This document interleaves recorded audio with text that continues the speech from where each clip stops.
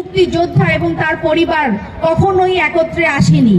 এটি আমি এই 3 ঘন্টার প্রোগ্রামে আমি খুব ভালোভাবে উপলব্ধি করতে পেরেছি। কারণ ইতিপূর্বে নজির অনুযায়ী আমি যতটুকু জানতে পেরেছি যে কেরানীগঞ্জের মহান বিজয় দিবস বা স্বাধীনতা দিবস উপলক্ষে এতজন বীর মুক্তিযোদ্ধা জাতির শ্রেষ্ঠ সন্তান কখনোই একত্রে আসেনি। আমি কি সত্য বলেছি? আমি গর্বিত এবং আমি আনন্দিত। আমি আমার চাকরি জীবনের সবচেয়ে বড় একটি উপলব্ধি নিয়ে যাচ্ছি আপনাদের কাছ থেকে। আমি কেরানীগঞ্জের বাসিন্দাদের কাছে এবং কেরানীগঞ্জের একজন ছোট্ট ক্ষুদ্র কর্মচারী, সরকারি কর্মচারী হিসেবে আপনাদের সকলের কাছে অনেক অনেক কৃতজ্ঞ এবং চিরকৃতজ্ঞ থাকবো যে আমি আপনাদের সকলকে একত্রে এক ছায়ায় বসাতে পেরেছি, এক জায়গায় বসাতে পেরেছি এতজন বীর মুক্তিযোদ্ধাকে। সকলের অবগতির জন্য জানাই, কেরানীগঞ্জে এখন জীবিত বীর মুক্তিযোদ্ধার সংখ্যা 282 জন এবং আমাদের শহীদ বীর মুক্তিযোদ্ধা আছেন 24 জন। আমরা প্রতিদিন বা প্রতি সপ্তাহে কোনো না কোনো বীর মুক্তিযোদ্ধাকে হারাচ্ছি। আপনারা হয়তো জানেন না যে তারা কত কষ্টে নিপীড়নের মাধ্যমে তাদের জীবন যাপন করছেন।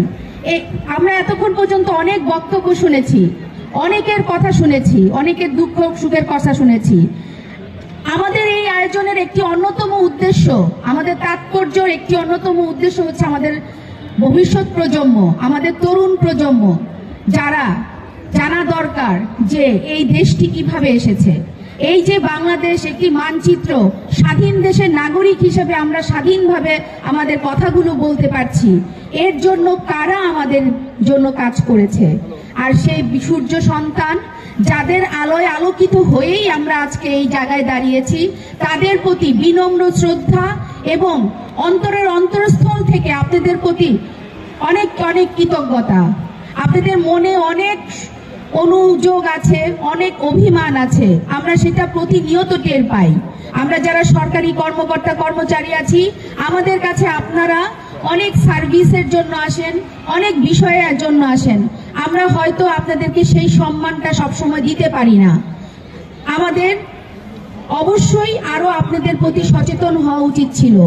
আমি ইতিপূর্বে আমার মহান বিজয় দিবস উপলক্ষে ভাষণে বলেছি যে আমাদের শপথ হওয়া উচিত যে আমাদের মুক্তিযুদ্ধের চেতনাকে ধারণ এবং লালন করে নতুন প্রজন্মের 24-এর যে নব জাগরণের যে আন্দোলন হয়েছে, এই দুইয়ের সম্মেলনের মাধ্যমেই আমাদের ভবিষ্যৎ বাংলাকে, স্বপ্নময় বাংলাকে, একটি আধুনিক বাংলাকে গড়ে তুলতে হবে। আমরা সবাই মিলে সেই কাজ করব।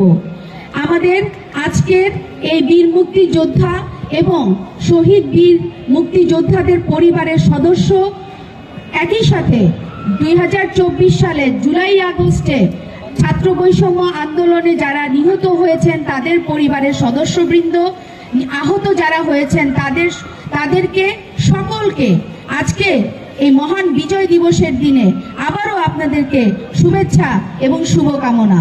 আপনাদের কথা এই কেরানীগঞ্জের বাসিন্দা তথা বাংলাদেশের প্রত্যেকটি নাগরিক মনে রাখবে। আর ভবিষ্যৎ প্রজন্মের কাছে আমরা যুগ যুগ ধরে আপনাদের কথা বলে দিব।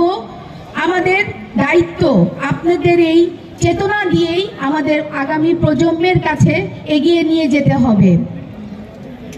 আবারও আপনাদের সকলের প্রতি অনেক অনেক ধন্যবাদ জানাচ্ছি।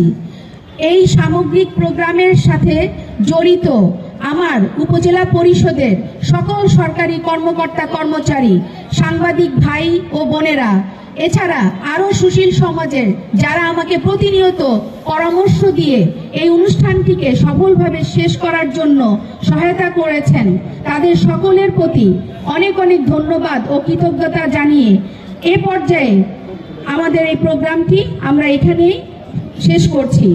সবাইকে আবারও ধন্যবাদ জানাচ্ছি। ধন্যবাদ সকলকে। আল্লাহ হাফেজ।